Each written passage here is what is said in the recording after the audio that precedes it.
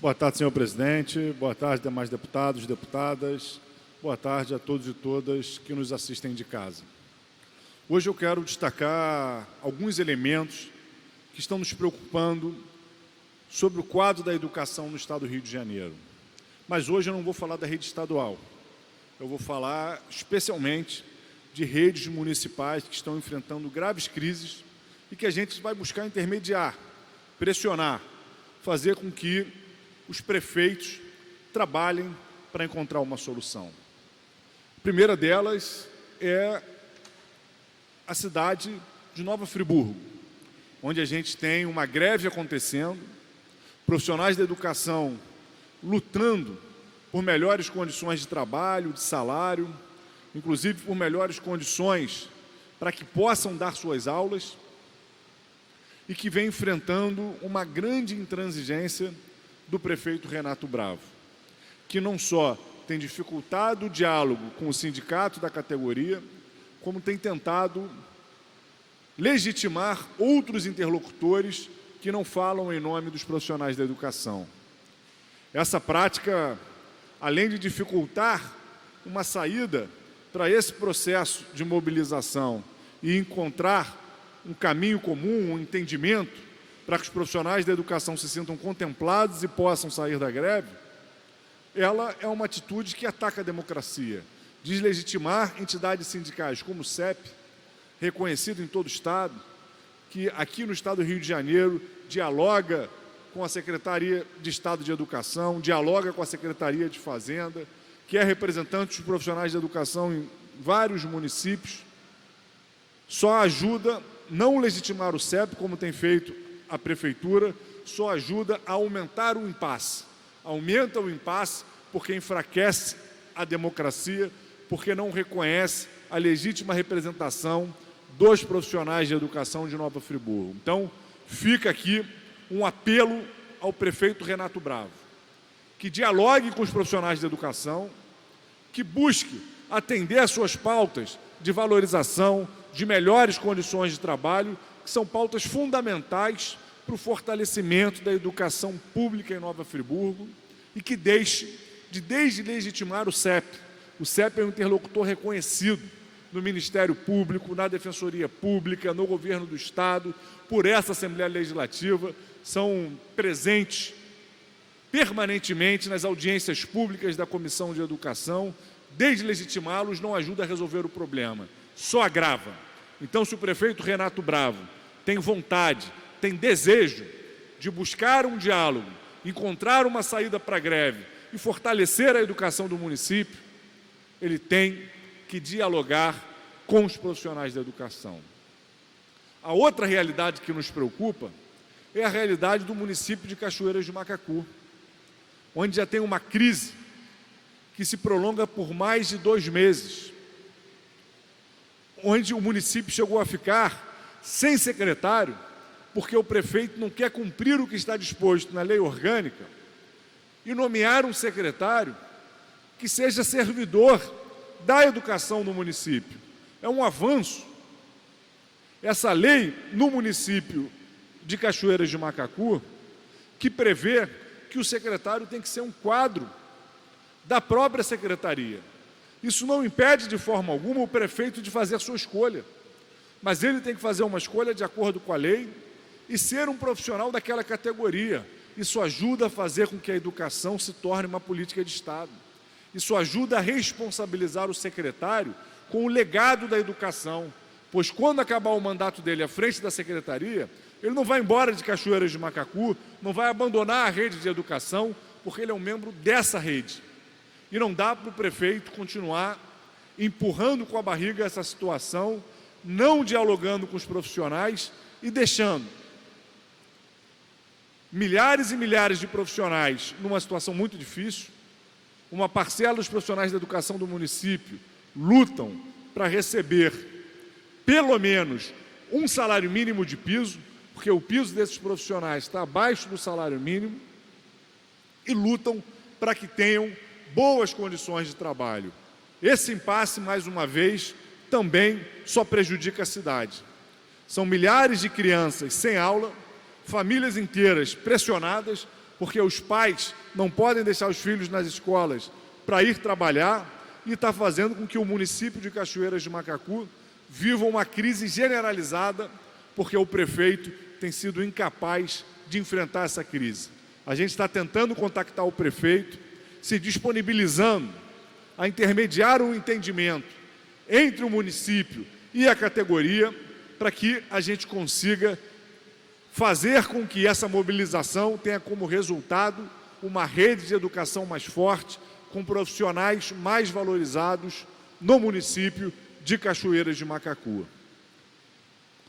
Outro município que tem nos preocupado muito é o município de São João de Meriti, aqui na região metropolitana, na Baixada Fluminense.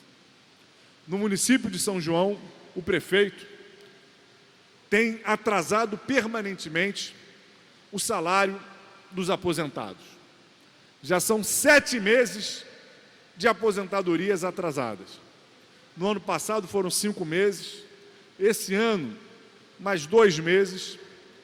A gente já teve o parcelamento de aposentadorias atrasadas, o parcelamento também atrasou, e a situação que a gente está vivenciando no município é uma situação onde aposentados que trabalharam para o município, que construíram serviços públicos para atender a população, que contribuíram para ter o direito à sua aposentadoria, hoje estão passando fome, estão morrendo pela falta de medicamentos, estão numa situação realmente desesperadora.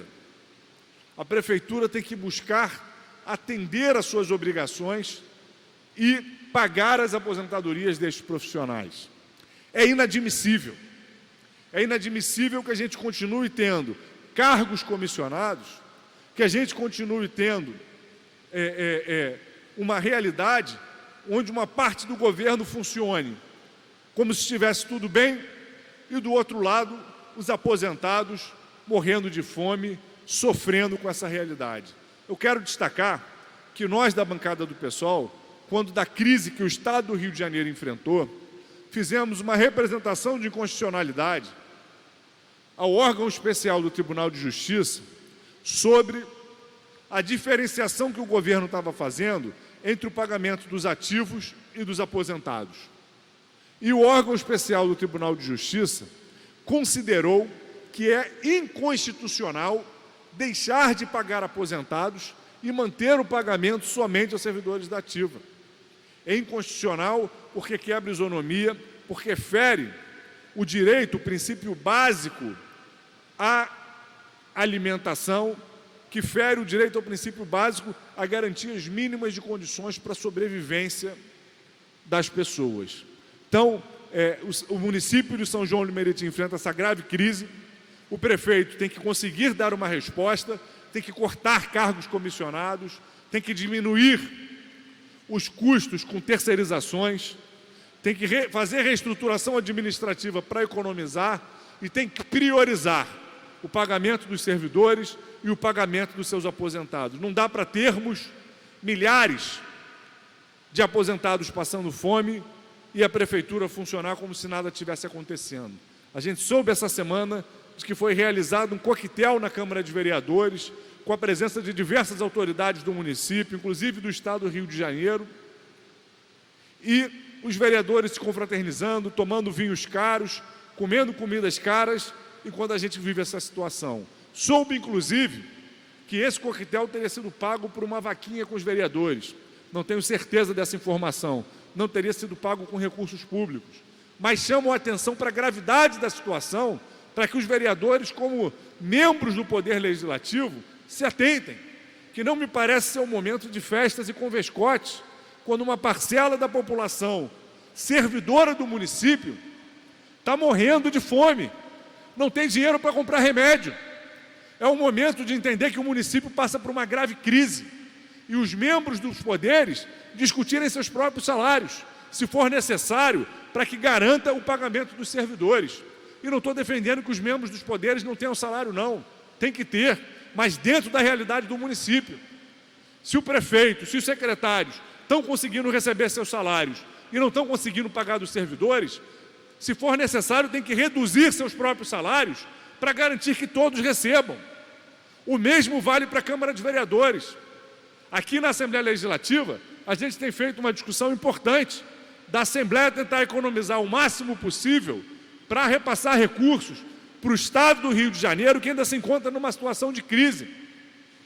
É fundamental que a Câmara de Vereadores de São João de Meriti faça o mesmo exercício, corte na própria carne se necessário, faça cortes de despesa e cobre do município que coloque os pagamentos em dia. Não podemos aceitar que servidores aposentados de São João de Meriti passem pelo sofrimento que estão passando. E por fim, senhor presidente, eu quero destacar a gravidade do fato que ocorreu essa semana no que diz respeito ao Conselho Estadual de Educação.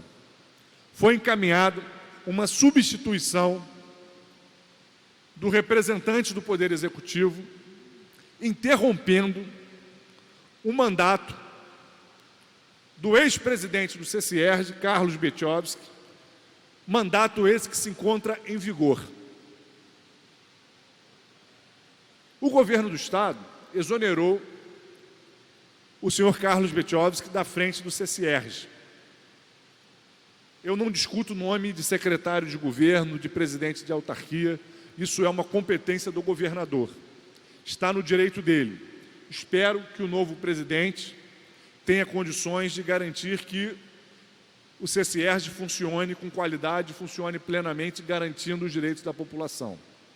Agora, o Conselho Estadual de Educação é regido por leis próprias, que garantem a autonomia do funcionamento do Conselho. Uma parte do Conselho é composta por indicações do Poder Executivo. Mas essas indicações se dão respeitando essas leis, tanto pelo perfil dos indicados, quanto pelo tempo dos mandatos. Por quê? Porque os conselhos, como instâncias de representação da sociedade civil, eles têm uma dinâmica própria que não corresponde à dinâmica do calendário eleitoral. Entrou um novo prefeito, entrou um novo governador, entrou um novo presidente da Assembleia Legislativa, vai trocar todos os representantes do poder público nos conselhos. Não é assim que funciona. Os conselheiros têm mandato. Quando o mandato de um conselheiro é interrompido, sem que o conselheiro renuncie, ou faleça, ou tenha um grave problema de saúde que impeça o exercício desse mandato, essa interrupção é irregular. Ela fere a legislação do Conselho Estadual de Educação, que é muito clara, ao estabelecer prazo de conselho e esses 3 critérios como critérios passíveis de afastamento. Eu alertei o secretário de Estado de Educação, encaminhei um ofício para ele ontem, de que essa indicação desse novo conselheiro é uma indicação que, ao interromper um mandato em vigor, o faz de forma irregular. Portanto, solicitei que o secretário de Educação reveja essa nomeação. É um novo governo, obviamente essas são competências que não necessariamente todo o governo pode ser que saiba de tudo, mas tem que se informar. E uma vez alertado, tem que corrigir as irregularidades para que não atinja, não impacte o funcionamento do Conselho Estadual de Educação. Se todos os membros dos poderes públicos forem substituídos agora, agora não, né? Quando se inicia um novo ciclo de governo, o Conselho volta sempre para estaca zero. Não consegue acumular com relação às políticas públicas. E o Conselho Estadual de Educação ele é um órgão muito importante. Ele é um órgão normativo, ele é um órgão que regula o funcionamento das instituições de ensino, estabelece normas. Não pode o Conselho Estadual de Educação ficar à mercê de decisões individuais, de seja quem for o governante, de seja qual for o poder que enfraqueçam o funcionamento do Conselho Estadual de Educação. Então fica aqui publicamente da tribuna, já falei mais cedo sobre isso, o nosso apelo ao governo que reveja essa decisão de interromper de forma irregular o mandato de um conselheiro, que reveja essa decisão para que o Conselho Estadual de Educação continue funcionando plenamente. Há pouco mais de um mês tivemos a posse da nova presidente, da nova vice-presidente. O Conselho tem trabalhado muito e não pode sofrer com esse tipo de irregularidade que acaba configurando uma ingerência política indevida no mandato dos conselheiros do Estado de Educação. Obrigado, senhor presidente, e fica o nosso recado em defesa da educação pública.